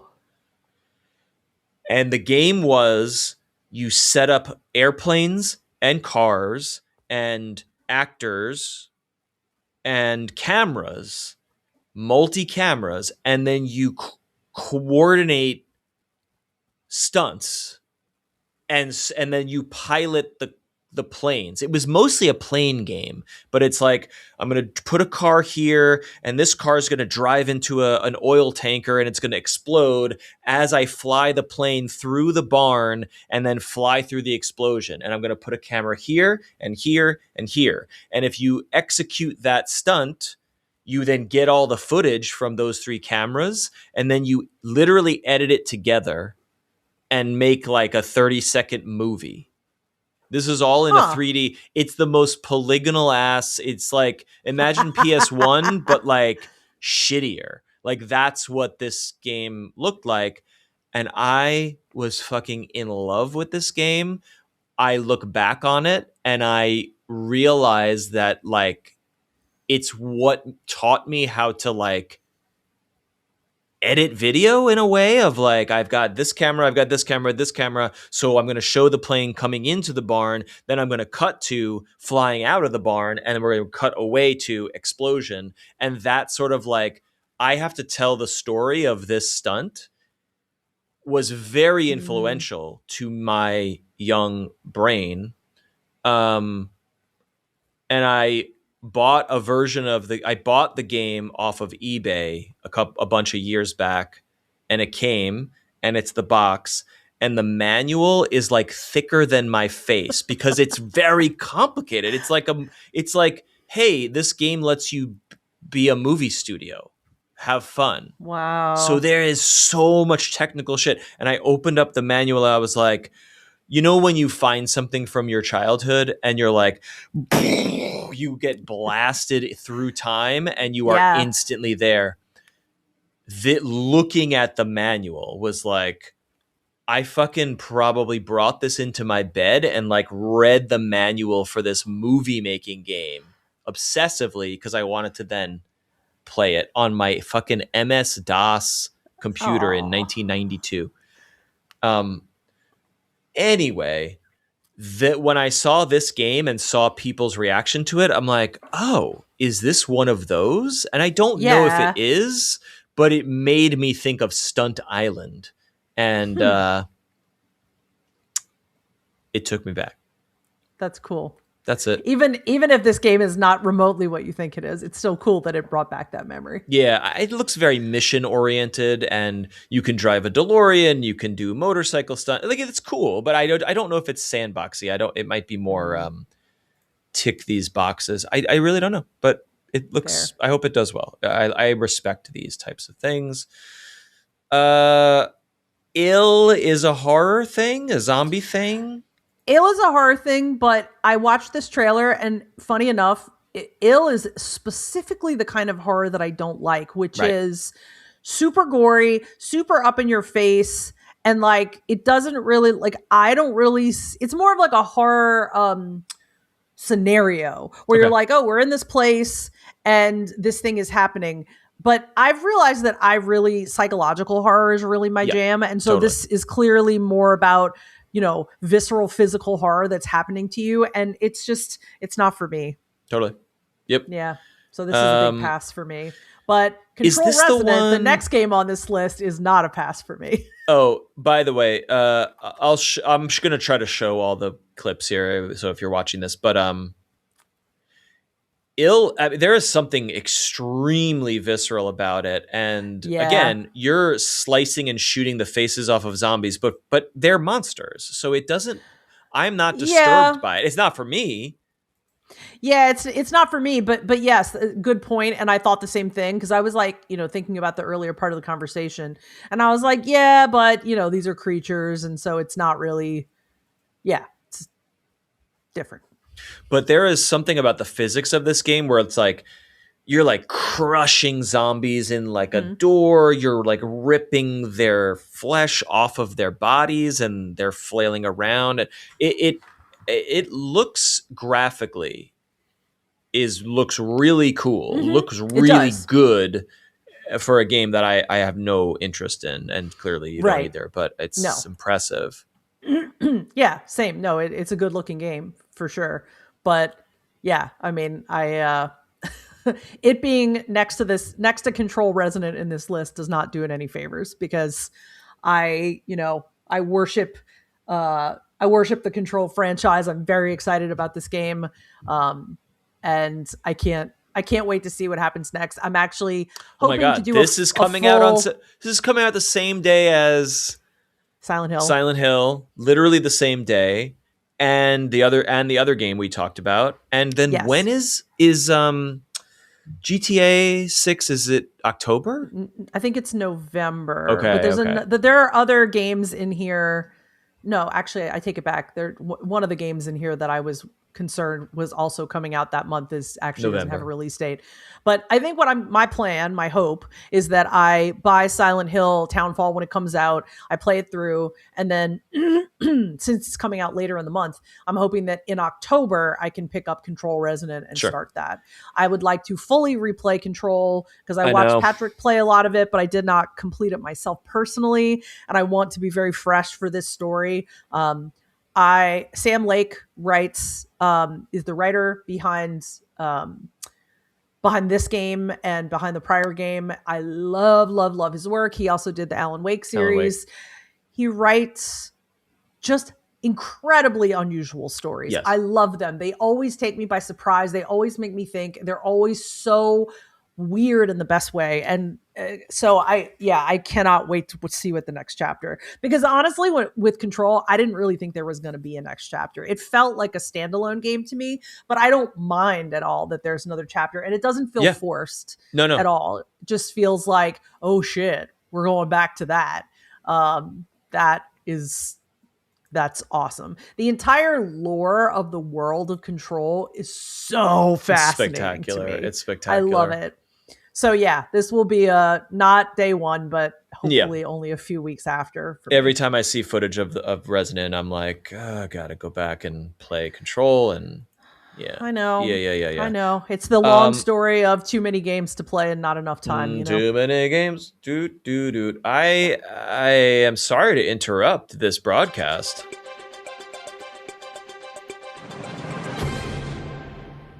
Breaking news as we are recording this. I'm going to try to put this in our chat here. As of about 15 minutes ago, we are recording this on Thursday, June 4th. Ooh. Valve has released their verification program, meaning they're sort of putting their check mark on games that are verified for Steam Deck. We've had that for some time now, with mixed results, may I say. They are officially rolling that out now for Steam Machine, which is not yet released, and Steam Frame, the VR headset, which is also not yet released. Which is hinting that we are very close. Well, it actually says there's a part in here that says summer. Both are shipping this summer, Machine and Frame. Great. So we didn't know that before. This is new. This is new. Shit. Summer. Yeah, it looks like they're doing some like Steamworks is like their back-end stuff, so it's probably documentation and back-end stuff, updates, which is probably developer facing. So I don't know that there's much for us to see or do with this, but basically Steam verification is now active for these platforms, these hardware platforms, and they are saying summer, which could be in the next 2 weeks, or it could be August 31st or whatever, September 19th or something. That is still summer technically. So we'll see, but it's soon. Very soon. Well, that's news. Even though it's not a price tag, it's still most certainly freaking news. And I'm surprised that it's summer because, to be honest, with the situation being what it is, like I honestly kind of thought, I think that I think sorry, my ADHD brain completely ate my train of thought. Let me go back. I know. I get where you're going. I didn't think we were going to get it this year, and I also am surprised to hear that because summer is not that far away. Summer is like a month away. No, we're here. That's to say, it might be a few more months. Such a rock and a hard place for Valve, and obviously we don't have to cry for this bajillion-dollar company, but they had all these plans, they did all the work, and now they're getting fucked. Everyone's getting fucked by the chip shortage. And so the question is, do you release now at an insane price point and price everyone out of the market for this thing? Or do you hold it and sort of miss the window for the excitement on the thought or the hope that the supply chain and economy will correct itself within the next year, 2 years, which is a fucking huge if. I don't know that unless the fucking and here's the calculus that they've probably done. The only way we stop the chip shortage is if the bottom falls out of the AI bubble. And if the bottom falls out of the AI bubble, we're in full-blown recession and nobody can afford anything anyway. And so I think the calculus is get this shit out the door for the people who can afford it maybe and watch the world burn once the door closes. And I don't mean that in a way that Valve wants to watch the world burn. I'm saying like the door is cracked. We are rushing through and we don't know what happens next. And that fucking sucks for everybody.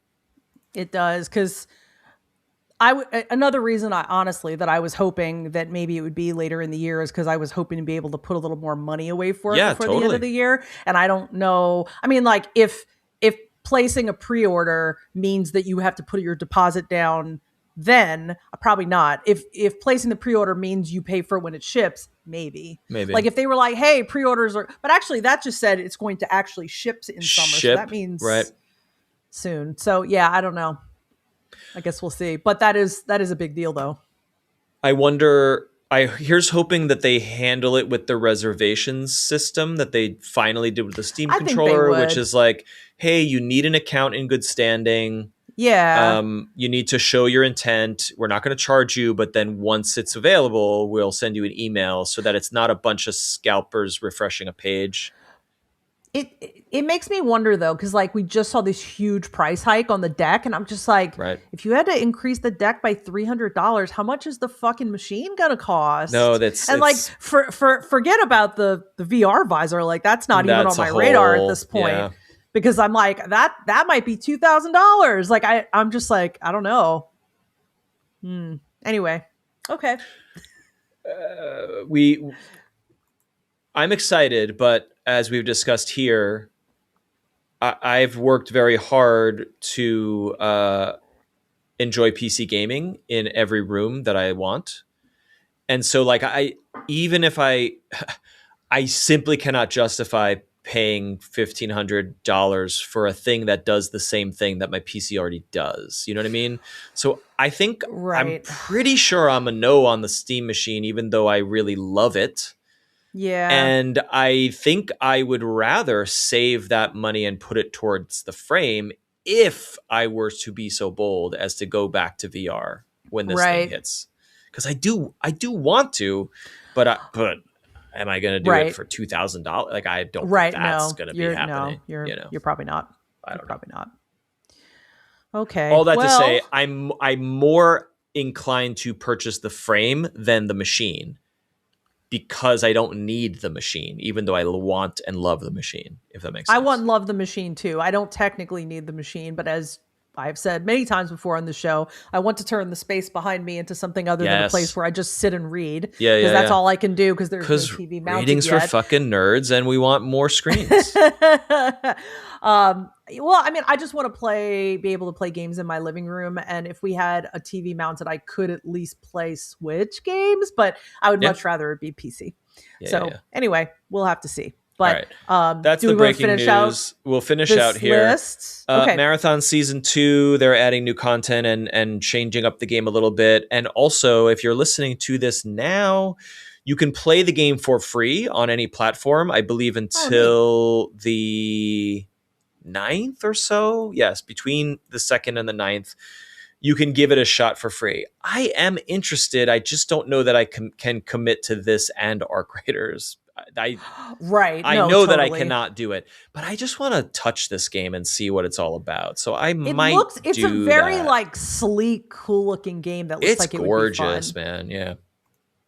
So So that's cool. And I hope as Destiny closes, Marathon is aspiring to be the Bungie thing that is the main thing. And I get that. RuneScape Dragon Wilds is a survival crafting game set in the RuneScape universe that I don't have any particular affinity for, but people who love survival crafting as I do and who have love for RuneScape are like, this game is great, and they Hyped. really like Yeah. it, and it looks Yeah, great. RuneScape is like, yeah, it's been around for like decades, A right? million years, yeah. Wow. Okay, cool. Yeah, I mean, if there wasn't so much other stuff crammed on here that I'm planning on playing, I think this might be something I would even want to look into, because like I think like dragon games are very cool, and I would love to find the right one, but there's Totally. too much other stuff on this list for me. Yep. So. Think Valheim, but in a high fantasy world, and that's basically what this game is. And I'm into it, but I got so burnt out on Windrose, which is the pirate version of this, Yeah, and yeah, yeah, I've yeah. played Enshrouded, which is also very, very good. And it was just so much, and I loved Valheim and never really got past the first biome. Yeah, I want to love these games, and I do, and I never really finish them. Not like you can finish them, but like I never go all the way with them, which is interesting. There's a couple more things, but I think in the interest of time, let's just skip on down to the final reveal, right? I'm fine with that, because I feel like this is a big reveal for me, because I have never in 9, 19, 29, 39, in 40 years wanted to play a God of War game until Tuesday. And then I looked up and I was like, what is this fucking game? This woman's a badass and she's dead and she's like fighting cool shit, and like this is beautiful. Like, what is this? And she also reminds me of like an actual human friend of mine who's a badass. So I was like, oh, that's funny. So cool. That's cool. Yeah. And then at some point, like I saw Kratos and I was like, do I want to play a God of War game? Is that happening to me in 2026? Look at you bragging that you have human friends.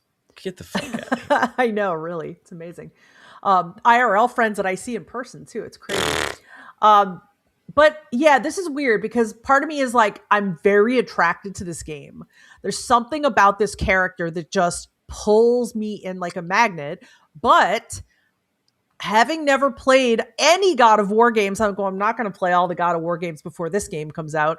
So like, do I want to just kind of like raw dog it and see if like I can just enjoy it for what it is? I'm sure you can. I raw dogged the 2018 God of War. Is that the one? Oh, did you? Okay. Yeah.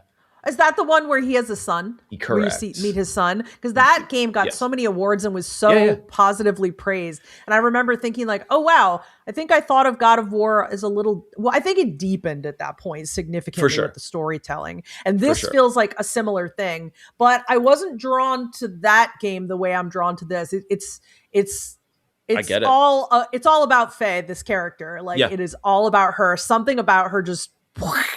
for me. And there's no release date, which is great. Right.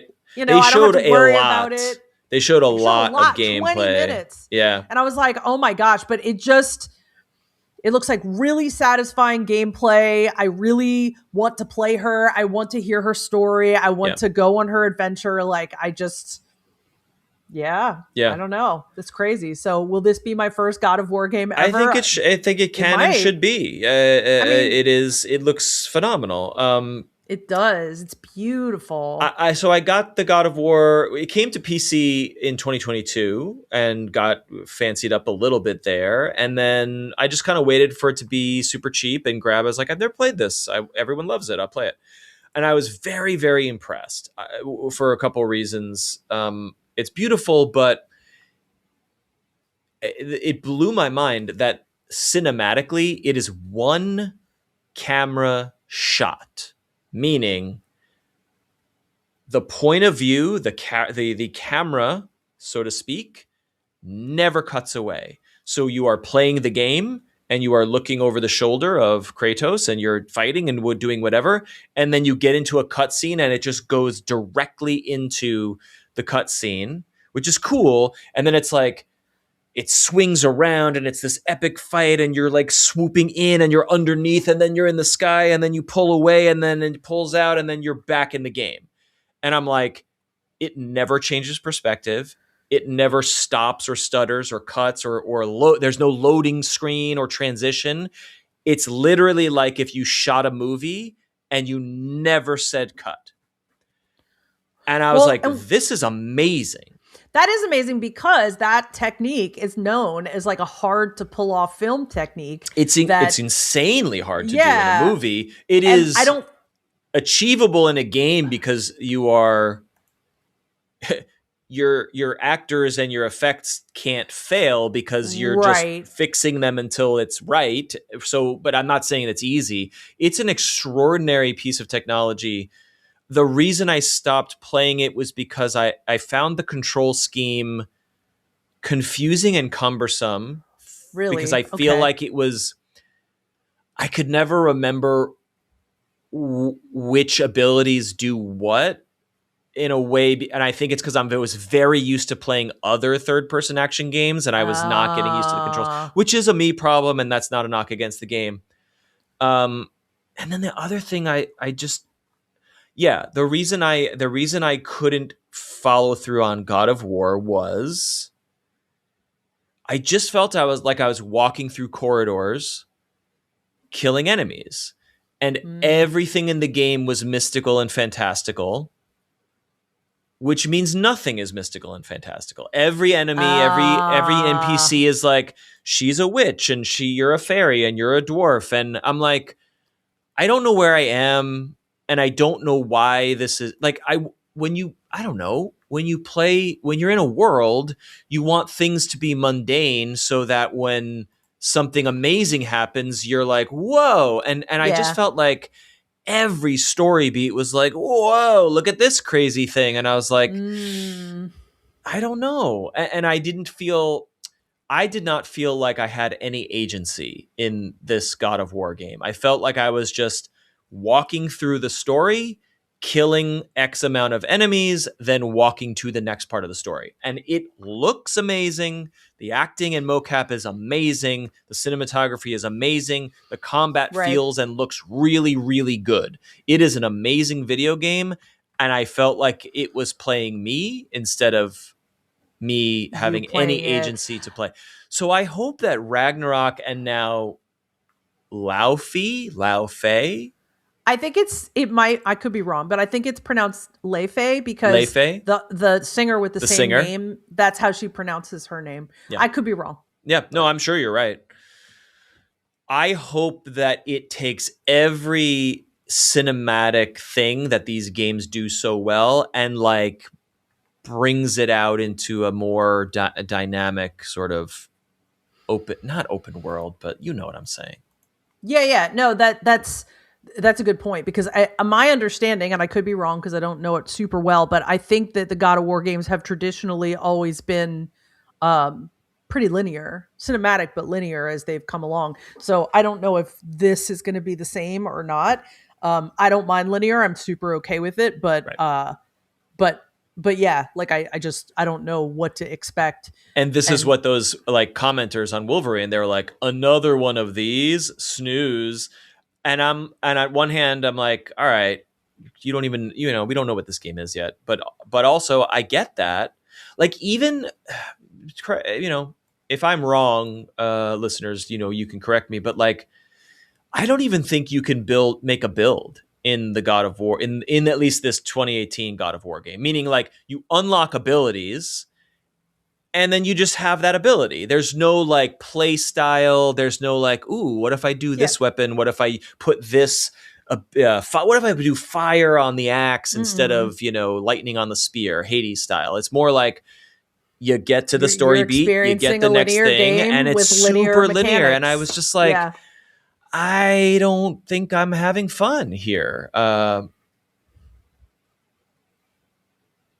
And I think you Sony just is, enjoy more I customization and do, more I definitely do. options to make those decisions. And I do think that the open world stuff and the customization, like all those options, they have made games so much more dynamic. But that said, I think for me, I guess when I play a linear story game, even if it has linear options to my weapons and all that stuff, I don't mind because I spent so many years of my gaming life playing that. And Yeah, also, as we've talked about so many times, I am a story yeah, centric gamer. So I'm okay with it. But I can understand, honestly, like if you were like, no, I really enjoy, you know, how dynamic open world is and how dynamic making those choices are, that you'd be like, well, this is boring comparatively, you know?